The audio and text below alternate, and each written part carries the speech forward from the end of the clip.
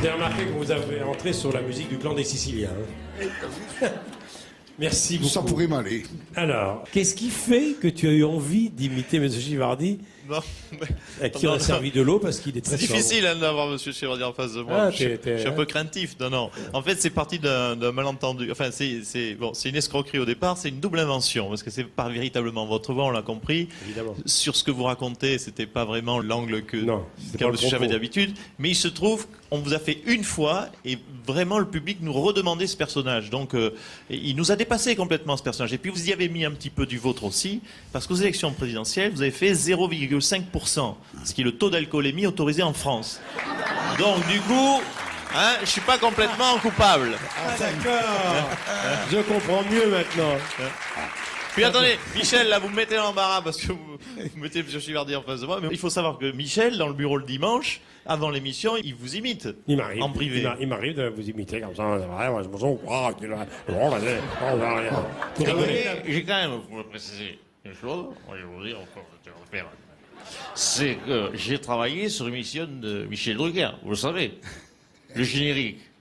Le générique de l'émission de Michel Drucker, Vivement Dimanche, c'est moi. Ah bon? Mais écoutez bien les paroles du générique. C'est moi qui les ai écrites.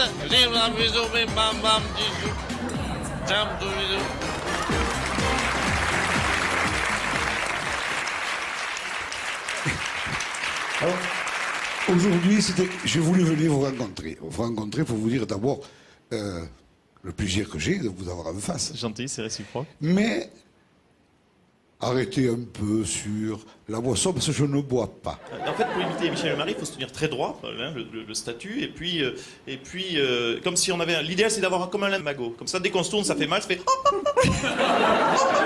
Hein, comme sur le Clémenceau, il y a 2-3 petits points de rouille. Est-ce que ça peut avoir un effet bénéfique sur l'image d'un homme ou d'une femme politique?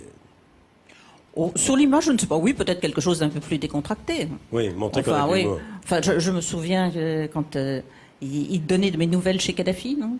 Ah oui, oui, tout à fait, oui, régulièrement. Ouais, tout Alors là, court. j'ai été un peu vexée quand même parce que il m'a estimé, je sais pas, à 2 chameaux et 5 moutons. Je pensais Ah, qu'à de la mémoire, ouais. l'intérieur, ça valait plus que ça. Mais bon, ça prend la modestie. François Hollande est un homme extrêmement drôle. C'est probablement des hommes politiques celui qui a le plus d'humour, le plus de rapidité, qui a le sens de la dérision. Je l'ai constaté plusieurs fois. Et c'est un des rares qui sourit. Oui, comme c'est un homme intelligent qui a fait l'ENA, il fallait trouver un rire qui corresponde à la marionnette. Et j'ai juste trouvé... Et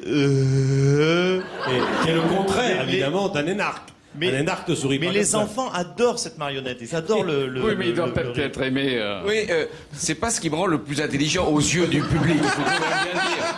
Il y a un côté niais. Pour imiter M. Juppé, il faut se mettre en condition psychologique. C'est très intérieur. Comment vous dire? Par exemple, vous imaginez que vous venez de prendre connaissance de l'audience de cette émission. Hein, on a fait 800 000 téléspectateurs et TF1 a fait 7 millions. Pour mettre en condition. Oui. C'est très british. J'encaisse le coup, mais je reste très digne. Il y a simplement un problème physique qui nous distingue. Je ne sais pas si vous avez observé ça. Moi, quand je lève les paupières, j'ai le crâne qui plisse. Alors que vous, il reste parfaitement tendu. Nicolas, vous avez fait des sacrés progrès sur ma voix, parce qu'au début c'était un peu nul, quoi. J'aime le franc-parler de Roselyne Bachelot.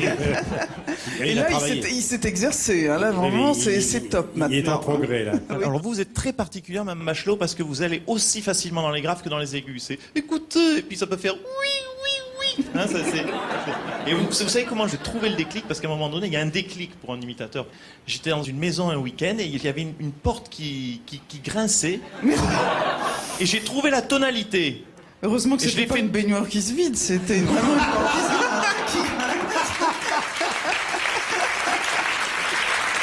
Vous aidez comment? Et j'ai actionné 3 fois la porte. Et ça faisait oui. Et j'ai trouvé. Et j'ai trouvé que la porte faisait très bien À quoi ça Madame sert? Bachelot.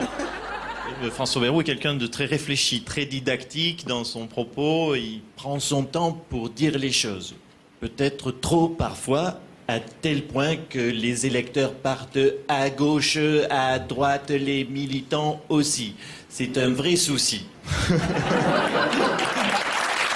C'est lui qui fait Comment votre voix au on fait ça Guignol. Au Guignol, c'est lui. C'est vous ma voix Guignol. Oui, Très bien. mais alors il y a une Je différence. regarde pas vraiment non plus les Guignols parce que partout où je passais sur mes pas, j'entendais mais eux. Ah oui. Et puis un jour j'ai dit à ceux qui travaillaient avec moi, faut vraiment que vous m'expliquiez pourquoi ce. Et ils m'ont dit c'est les Guignols, tu regardes pas les Guignols, mais depuis des mois et des mois les Guignols te font en benet comme ça.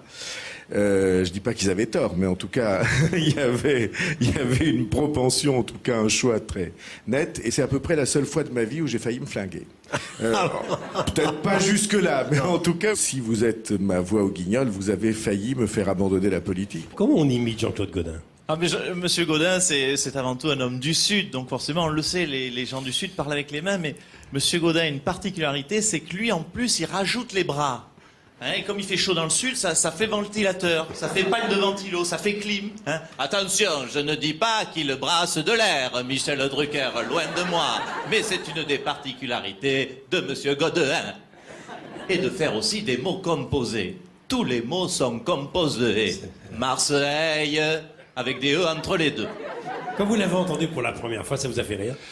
Ah, écoutez, bien entendu, ça m'a beaucoup fait rire, j'apprécie beaucoup. Cependant, un jour, il m'a joué un mauvais tour. Nous étions en grève des transports.